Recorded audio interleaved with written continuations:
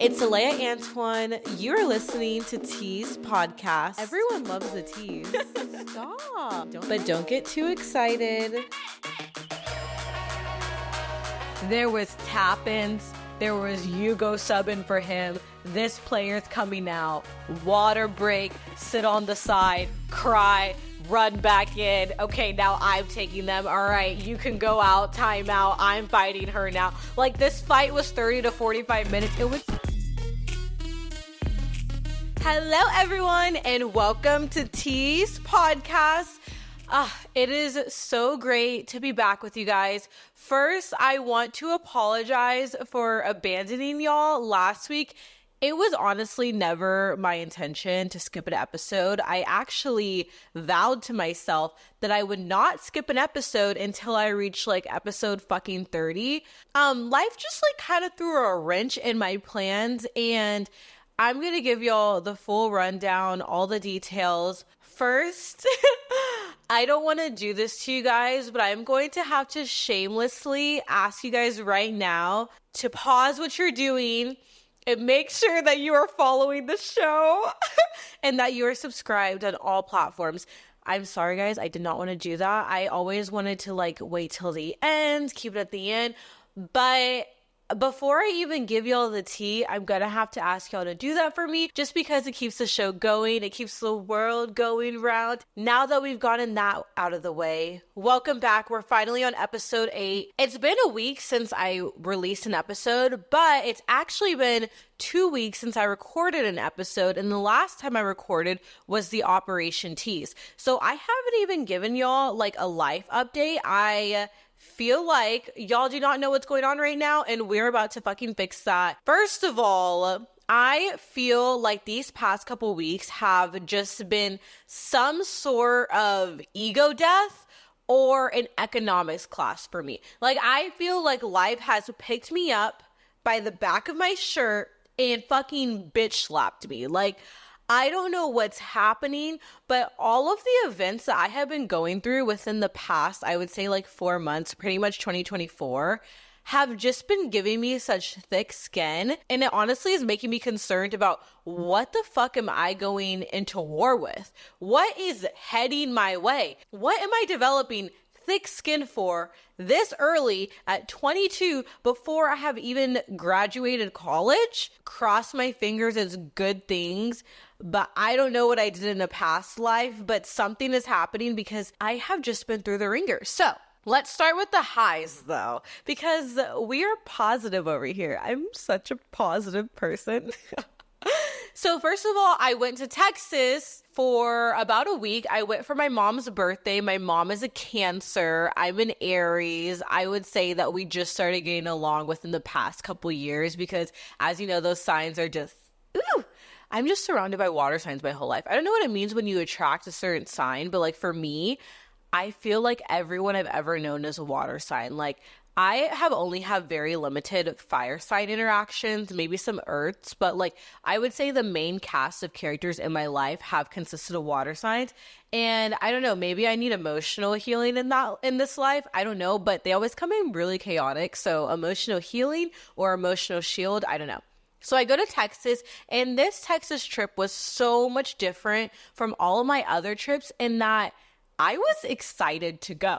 I had so much fun. So I got back for my graduation, and I told y'all about the whole graduation story. I had to fly back early. Well, not even fly back early, but because of what I was talking about, that one girl and her canceling our stuff and everything, I actually didn't even see my family the last day that I was in Texas. So when I visited in May, I only saw them twice, and I cried the whole flight back, bawling my eyes out. I call my stepdad, and I'm like, I know that Mom's birthday is coming up. Are you planning anything for July? If you are, I want to come. And so we made it happen. And I think one of the best parts is that we didn't stay in San Antonio. And I think that was crucial for my development. We went to South Padre, and South Padre is like the island right between Mexico and Texas, like on the side.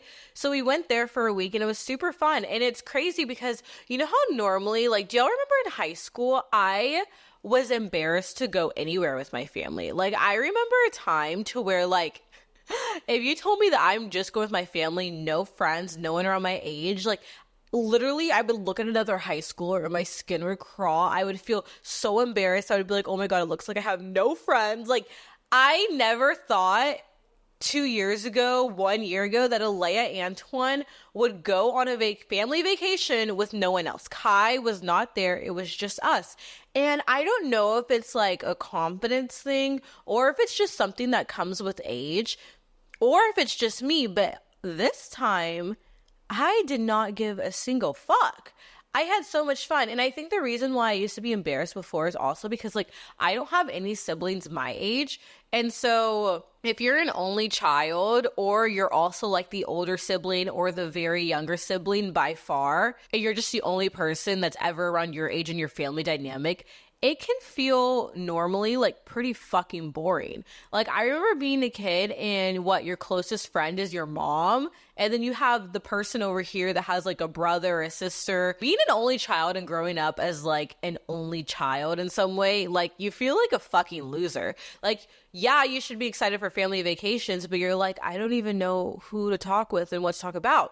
But I feel like maybe that has to do with why this one was especially fun. It's because like being this age, I feel like me and my mom at least are finally at a place to where, you know, when you finally break the seal of friendship with your parents, like y'all were at bats for so long, y'all didn't fuck with each other for so long, and then I think something happens when you become an adult. And like I remember even my friend, she's a mom now, and she told me, she was like, I just can't wait till my kid is my friend.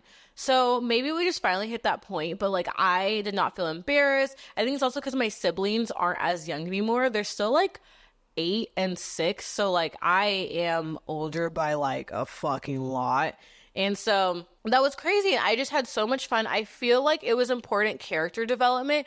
And what it made me really realize is one, familyism. Oh my God, I'm cringing saying this out loud. When I was younger, you know how you have to like list your values in school and stuff? Like, I'm not gonna hold you. I would never put family even in my top 3. Like, I did not give a single fuck. And again, I think it's just from not having anyone around my age too, that I was just kind of like, okay.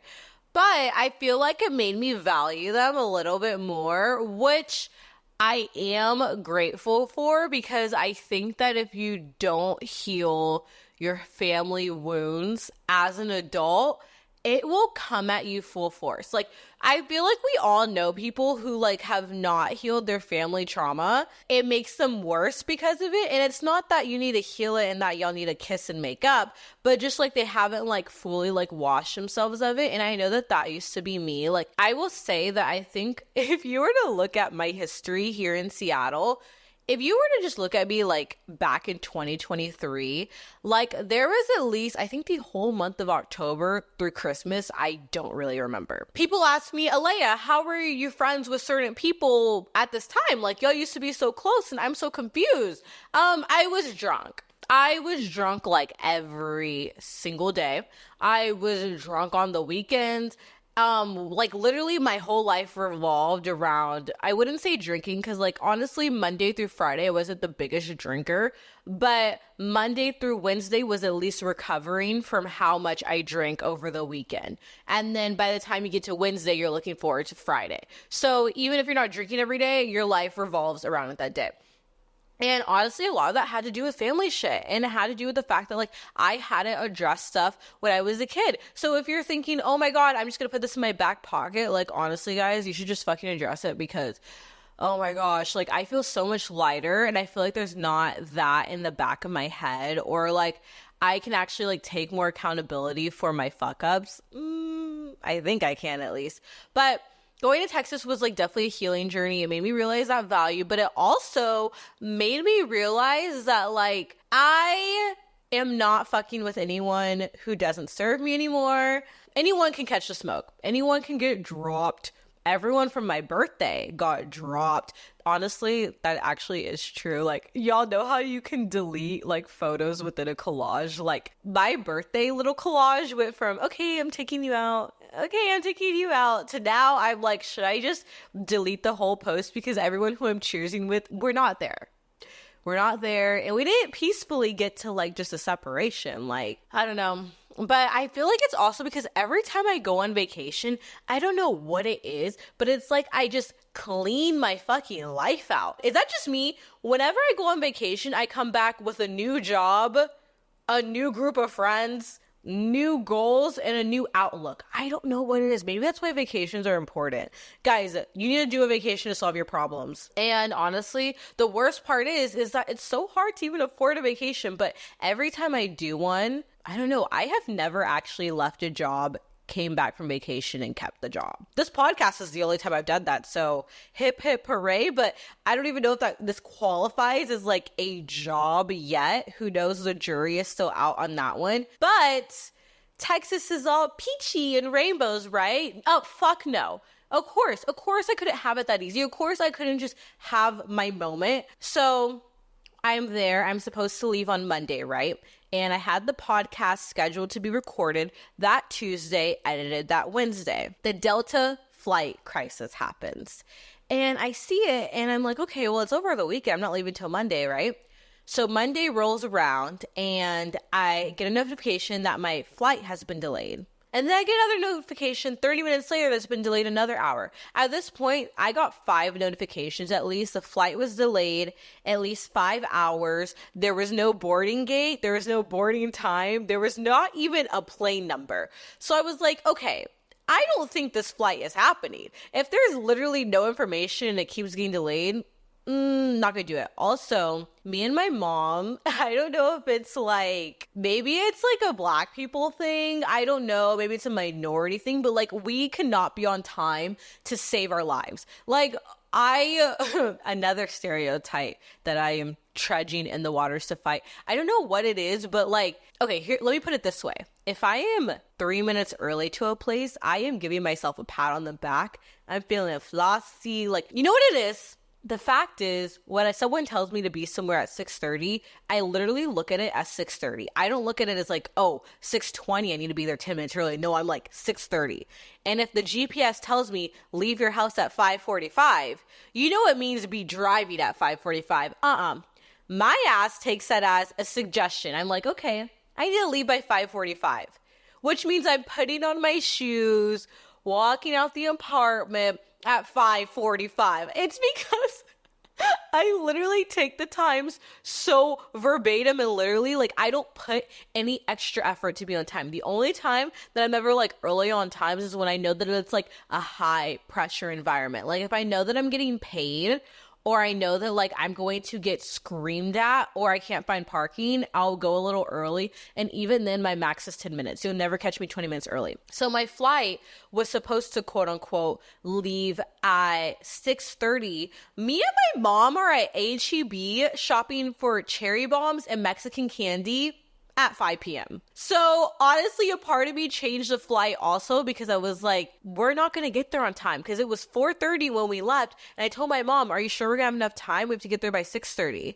And this is going to prove why I'm never on time. She goes, oh yeah, that's plenty enough time. We live 30 minutes from the airport.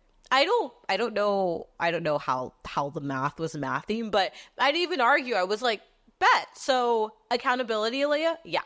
So I delay my flight. I don't go on the flight on Monday. Tuesday rolls around. I'm supposed to fly out. My flight from San Antonio to Salt Lake City, motherfucking Utah, is on time. Salt Lake City, Utah, yes. I had a layover because I wasn't rich enough to get a direct flight this time. And normally I always fly with Alaska Airlines because they do direct flights from San Antonio to Seattle. And this time I wanted to save money. I wanted to budget, not even a want. I had to save money and I had to budget. So the one time I take Delta and have a layover, this happens. It's Tuesday. The flight over there is fine. I put myself on the volunteer list for $800 because I saw that people were making money for waiting. I was like, shit, if I could have to wait like 3 hours for my flight, but I get money, like, in my bag, I'm done. Finito, I'm doing it. We're flying over there and I'm connected to the Wi-Fi, and all of a sudden I get a notification 20 minutes away from landing on the layover that my flight has been delayed by 4.5 hours.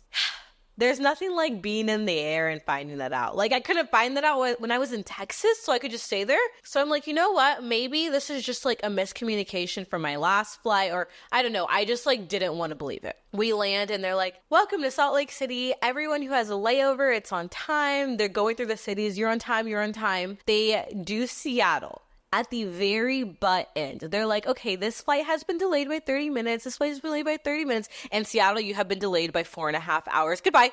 That was literally like, she talked so fast and she shut off that mic so fast. And I'm like, oh my God. So I'm like, okay, 4.5 hours. You know what? I will go to the Delta Sky Lounge and I will chill there. Because on the Amex thing, it says that you can go.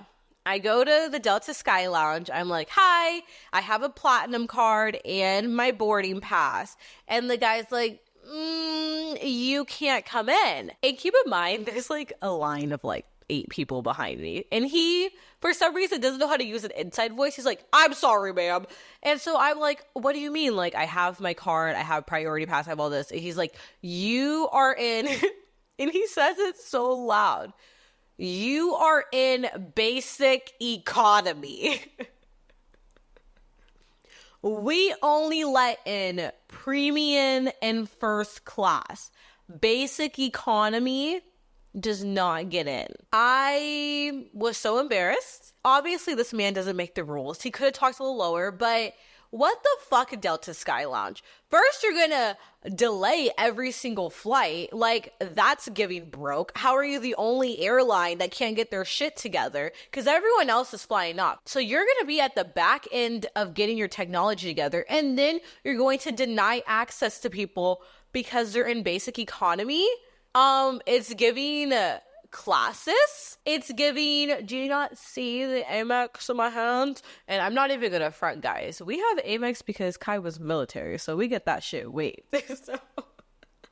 But regardless, what if I had a platinum card and I was paying the monthly payment? What? Like, that's not giving poor. That's giving Delta Sky Lounge. So why can't I be let in? I will never, ever be flying Delta or Salt Lake City again because the story doesn't end there.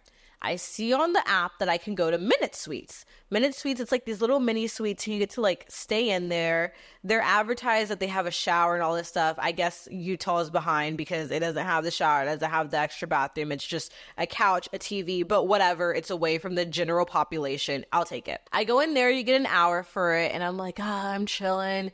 And then an hour and 5 minutes goes by. An hour and 10 minutes goes by.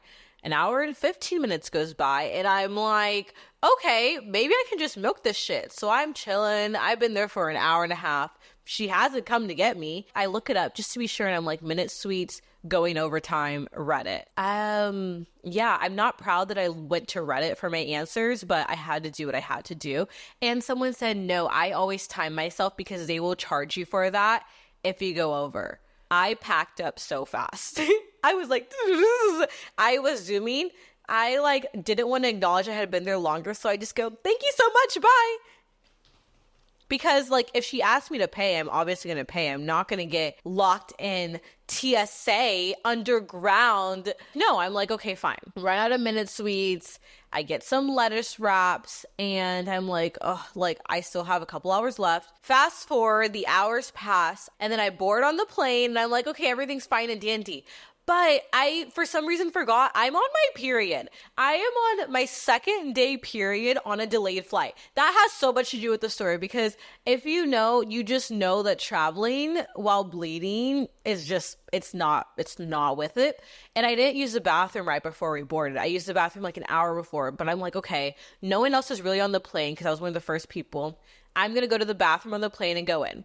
So I go on the bathroom on the plane, but by the time I get out, there is a line going to board the plane. And you know that line when you board. Everyone's like pushing past the seats. I have to try to push past everyone the opposite way. I want you to imagine everyone standing in that tiny aisle trying to put their carry-ons in the overhead compartments. And I am pushing through the opposite direction because I decided to use the bathroom as soon as we boarded because using the bathroom in the airplane for some reason didn't occur to me. I would hate me too. I wouldn't be a fan of myself either. So I push past everyone. I make it to my seat, which is in an exit row. So I'm like, you know what? There is always a silver lining. I rode middle way my way over here, but now I get to chillax in the window seat in the exit row. My legs are stretched. I am literally like sitting like this. So like I'm sitting in the exit row. I'm having the time of my life. I have on my neck pillow. I have on my blue light glasses. I have on my headphones. And then I just like feel eyes on me. I don't hear anything because I have on my noise canceling ones. I turn and this whole family is just staring at me like this, smiling. And I'm like, hi guys, like, hi. And they're like, hi, like, are you in row 19 or 18? I was like, oh, I'm in row 18. And they're like, oh, okay. And I was like, yeah, 18A is my spot. And they're like, oh, so this is row 19. Guys, I sat in the wrong row and held up the entire traffic line after I had just held up the entire traffic line. I had to do a walk of shame from the cozy exit row to the row in front of it. That is cramped. There is a couple there and I am squished to the corner. And at that point, between my period, the pounding headache from the flights, the 4-hour layover, and only eating the P.F. Chang's lettuce wraps from P.F. Chang's to go at the airport, I started crying. I started bawling, crying on the plane. I don't know. It was just like, it just was a buildup. But I'm like, you know what, Aleya, get over it. You're finally going home. I'm supposed to land at like 9 o'clock. So I'm like, okay, like at least like I can record Wednesday, edit Thursday, and I'll be fine. We're on the plane and the pilot goes, so there's some traffic going to the takeoff part and we will be sitting on the plane for the next 45 minutes to an hour.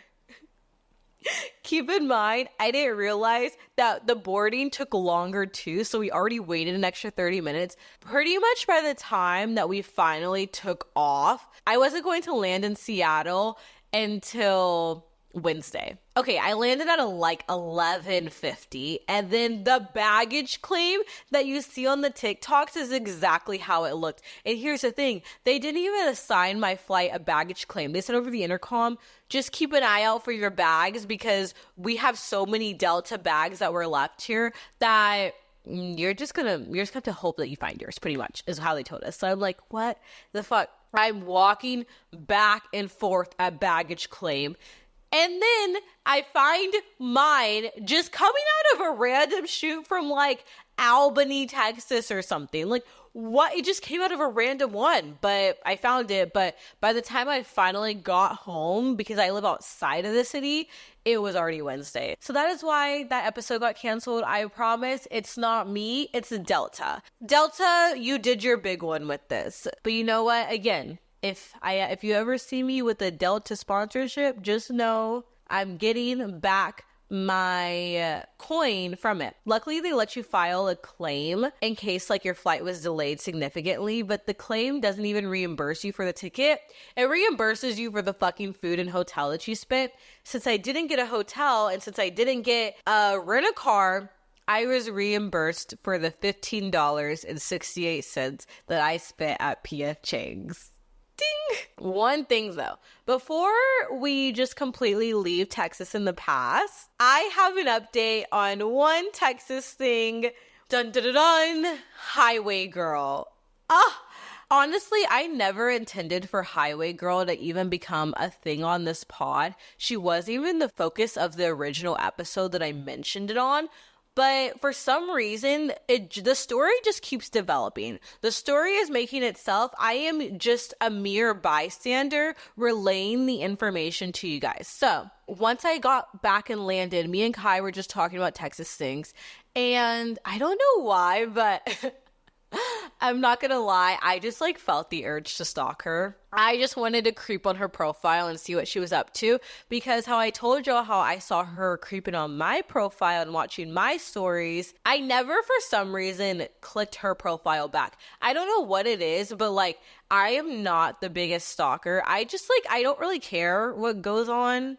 Not that I don't care what goes on with other people, but if you're not telling me or we're not interacting, like I'm not a lurker. I don't lurk on people that I don't fuck with, and I don't care about people that I don't fuck with. If I'm gonna stalk you, it's because I like you and I'm genuinely curious what you're up to. But if I don't like you, like out of sight, out of mind. So I was like, oh my God, I wonder what she's up to. Because he was asking me if my mom had said anything. And I was like, I don't know. You know what? I never even stalked her. So I'm like, okay, let's go to her profile, see what she's up to. I type in the name and nothing comes up. Type in the name again, nothing comes up. Type in the name on my podcast page and nothing comes up. And then I'm like, Kai, like, I can't find her account. And Kai's like, she blocked you. She blocked me? She blocked me, but she was stalking me? What? Okay, first of all, the audacity to block someone that you're stalking, it's beyond me. It's giving Delulu. I don't get it, but whatever. She blocks me. So, of course, it's not gonna stop me. I go on Kai's phone and I look at her fucking profile, like, duh. I already got this far. But here was the alarming part. I went to her mom's profile just to double, triple check that she blocked me, because me and her mom, like I told you before, still follow each other's, love that lady. And when I'm going to type in to see if she blocked me, if someone follows you, your name pops up first on their following. So when I'm typing in for her name, I don't see my name there. And I'm like, oh my God, let me go to my following on my account. Highway Girl's mom unfollowed me. Highway Girl's mom unfollowed me. And that wouldn't be a big deal. Like, okay, ride for your daughter. I don't know. The reason why this is so alarming is because she is, I don't know if it's my brother or my sister, but she is one of their godmothers. She is either Alyssa or Ethan's godmother. And I guess there is beef now. I am blocked by Highway Girl. I am unfollowed by her mom. But she's like technically family from being sworn in on the Bible. So that was crazy to find out. And the most alarming part is that, like, I have not told my mom that yet. Like, I don't know. What do I tell my mom?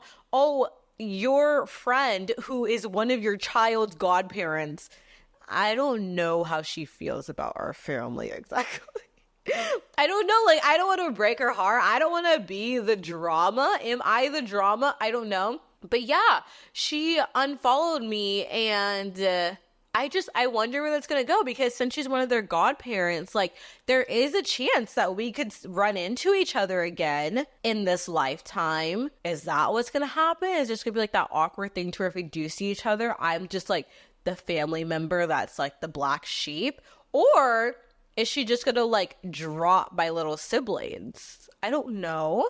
And that's why I'm scared to tell my mom, is because, like, obviously my mom, obviously she loves my brother and sister. I mean, I hope so. And so, yeah, I'm just like scared that will offend her. But we'll see what further develops with the story. I mean, now that maybe the end of it, who knows? Maybe in 5 years, I'll update y'all at the family reunion. But yeah, I just came back from Texas, and I was like, I just know that there's a new chapter that is starting to like bubble up in my life. Do y'all ever get that feeling where you're just like, I don't know what it is, but for some reason, I feel like something's coming. Like, I think it's also because like Texas really solidified that I want to get the fuck out of Washington. I want to move so bad. And so like, it's go time for that. I am applying to the jobs.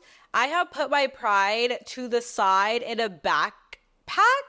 And that's why I said I feel like I'm going through an ego death. It's because, like, it's just been so many humbling things, like changing my complete cast of characters that were my friends, going to Texas and just, like, only hanging out with the family. I don't know, like, I've had some sort of ego death lately.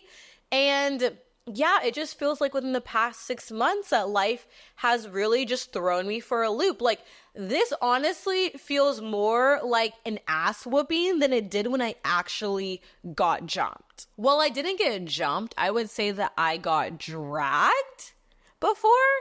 I have actually, guys, been in a fight. And I'll tell y'all the story, and trust me, it does not end with me winning. And the way that it happened was that we were at a club. I did not think that I feel like every crazy story that I tell you guys, I never intend to. Like, it just slips out, and then I'm like, okay, I gotta stand on it.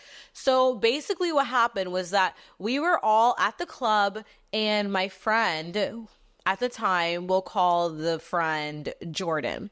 Jordan is at the club with their girlfriend.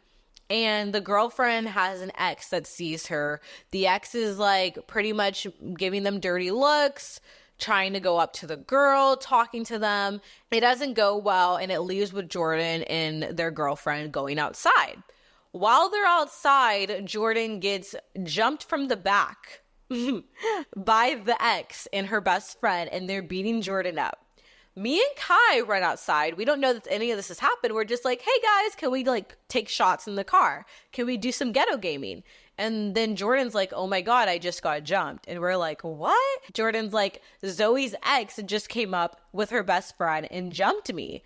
And we're like, oh my God, where did she go? And then they're like, she left. It's fine. Like, let's just move on. All of a sudden, the ex and the best friend are walking back. And we're like, what the fuck? So I run inside. I'm like, oh my God, Jordan just got beat up. I'm telling our other friend. She runs outside and we're all outside like, what happened? They like to fight. So they're kind of talking shit back and forth. Arms get thrown and then it kind of ends.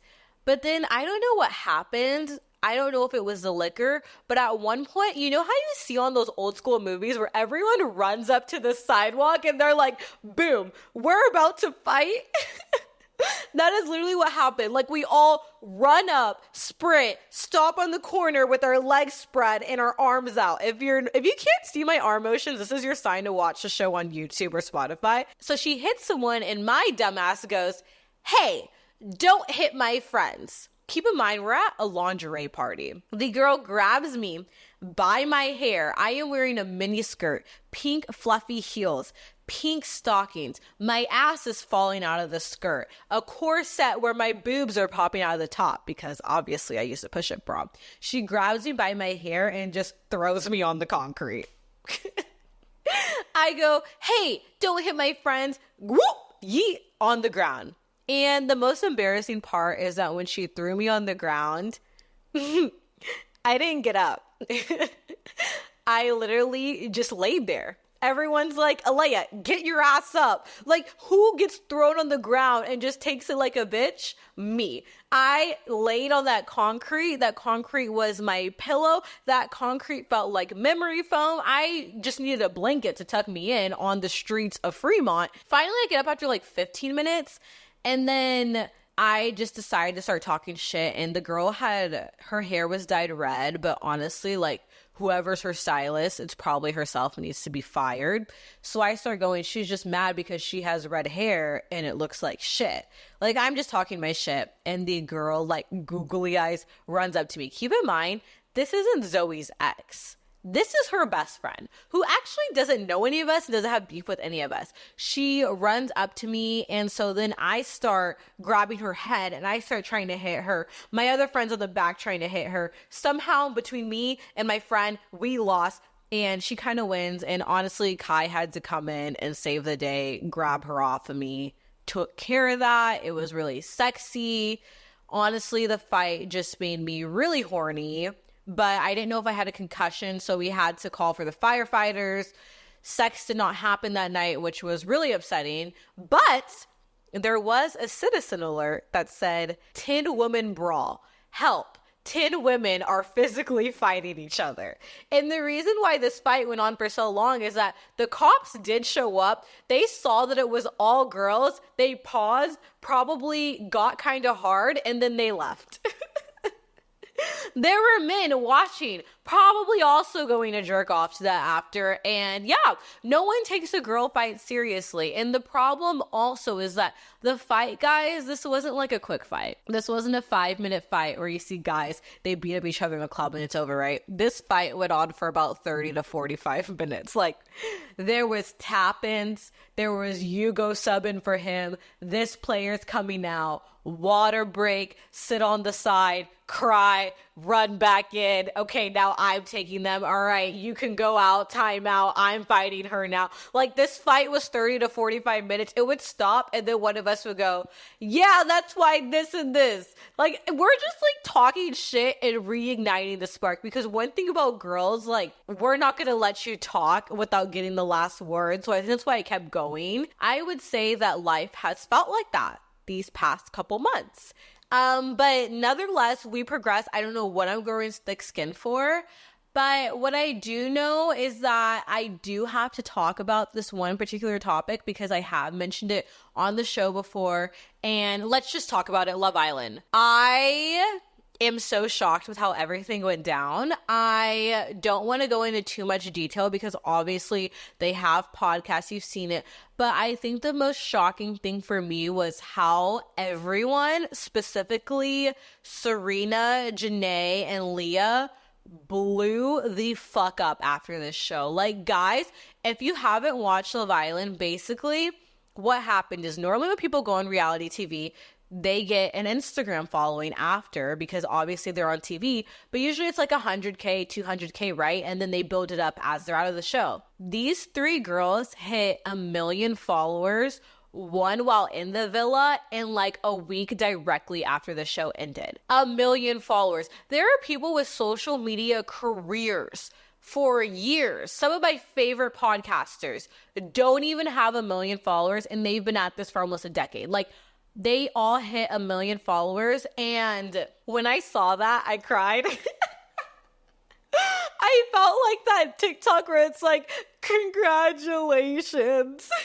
Oh my gosh, have y'all seen that one TikTok where the girl, she's recording herself and she goes, I heard Adriana Lima's daughter got signed to like this really, like, was it like Vogue or like this really big modeling company?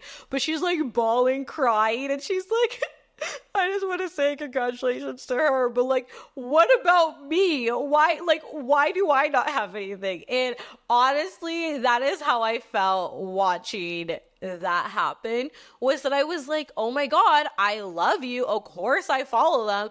But I'm like, when is it gonna be my turn for success? Just like any success, like I just need to be, I think the issue is that like I need some sort of like, you know what? I need my privilege. I'm gonna say it.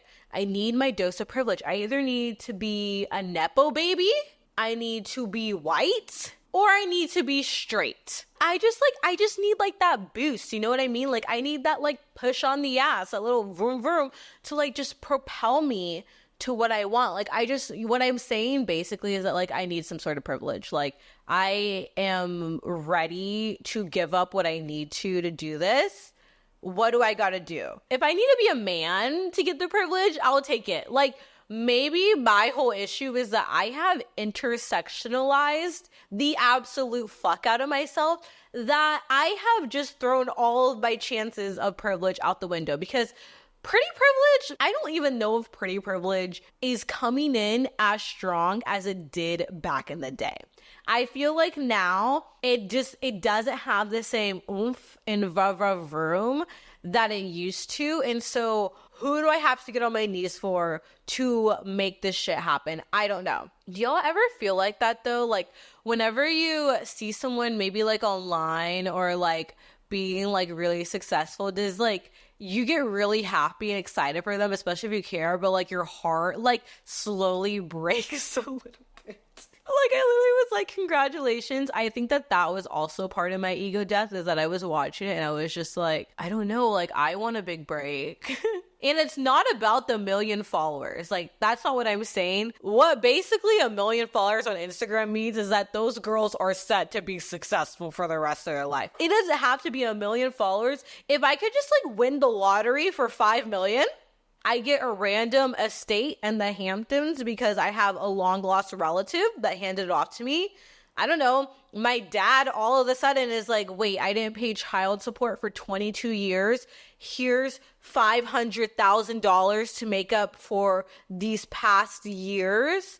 My car accident that I only got slightly rear-ended from all of a sudden gives me 10K as a saddle. Like what I'm saying is I don't need 1 million followers. I just want a handout. Do y'all feel like that too? Like I just want a handout. I want to be laying down, posted up, not doing shit, and just get handed something easy. That is what I want. I want easy success. I don't know what some people did in a past life to like become Kim Kardashian's daughter. I don't know what someone did in a past life to like inherit a house that has over 5 rooms in it. I don't know. Like, is this a past life thing? Is this a me thing? I need answers. I need answers. But I will say that, like, they are iconic. I would say that I was hooked. I could probably in a year rewatch your season again and still be like, what the fuck? Like, the cast, impeccable. But yeah, it just made me think, like, I want something easy. And I am not scared to admit that. I feel like nowadays in society, we have this whole, you need to work and get it out the mud and grind and all this stuff.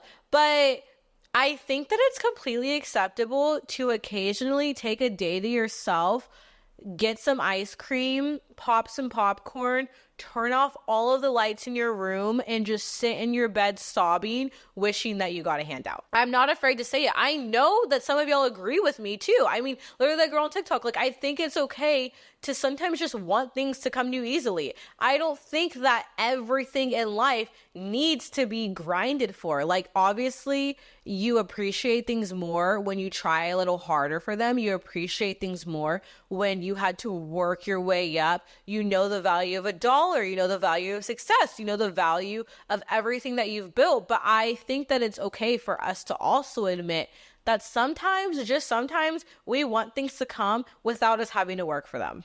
When my biological dad hits me up and offers me that child support, guys, I'm gonna let y'all know, and I'm gonna let y'all know what exactly I did. That's not happening. The reason why this is funny is because, like, I literally don't know him. So that's kind of why I'm, like, saying that it's funny. I'm like, maybe he'll just pop in and be like, fuck, like, here's 50K. I'll take it. If you're out there, just hit me up. That is all that I have for you guys today. I am so glad that we finally got to catch up. I pinky promise that there will be no more breaks. At least until episode fucking like 30, 50, or if like life actually like just happens to smack me in the face again, then like we will talk. But honestly, I am so happy to be back with you guys. I am finishing up school next week, so it's just me and you in this life, baby. I mean, I am on the job hunt too, so I'll keep you updated on that. And yeah, it's just been so good to get back with you guys. Next week is going to be a lot of fun. Next week, I have some questions for y'all. I have some things that I also know that I need to answer. And yeah, be sure again to subscribe to the show on all platforms. Also, leave a rating if you like. Leave a review if you're on Spotify, YouTube. I know that you can comment on there and just like give me your feedback. Let me know if I'm the only one who like thinks like that. Be sure to give your questions, stories, advice in the form. And I cannot wait to see y'all next week. Be sure to follow the podcast on Instagram at Tease Pod, at Tease Podcast on everything else. My socials are all at Aleya Antoine. And it is so good to be back with you guys. I love you guys. And I cannot wait to enter this new chapter together. Who knows what the fuck we're going to experience, but I'm glad it's with you. And yes, that was me flirting. I will see y'all next week. Be sure to stay tuned. New episodes every Tuesday. I love you guys.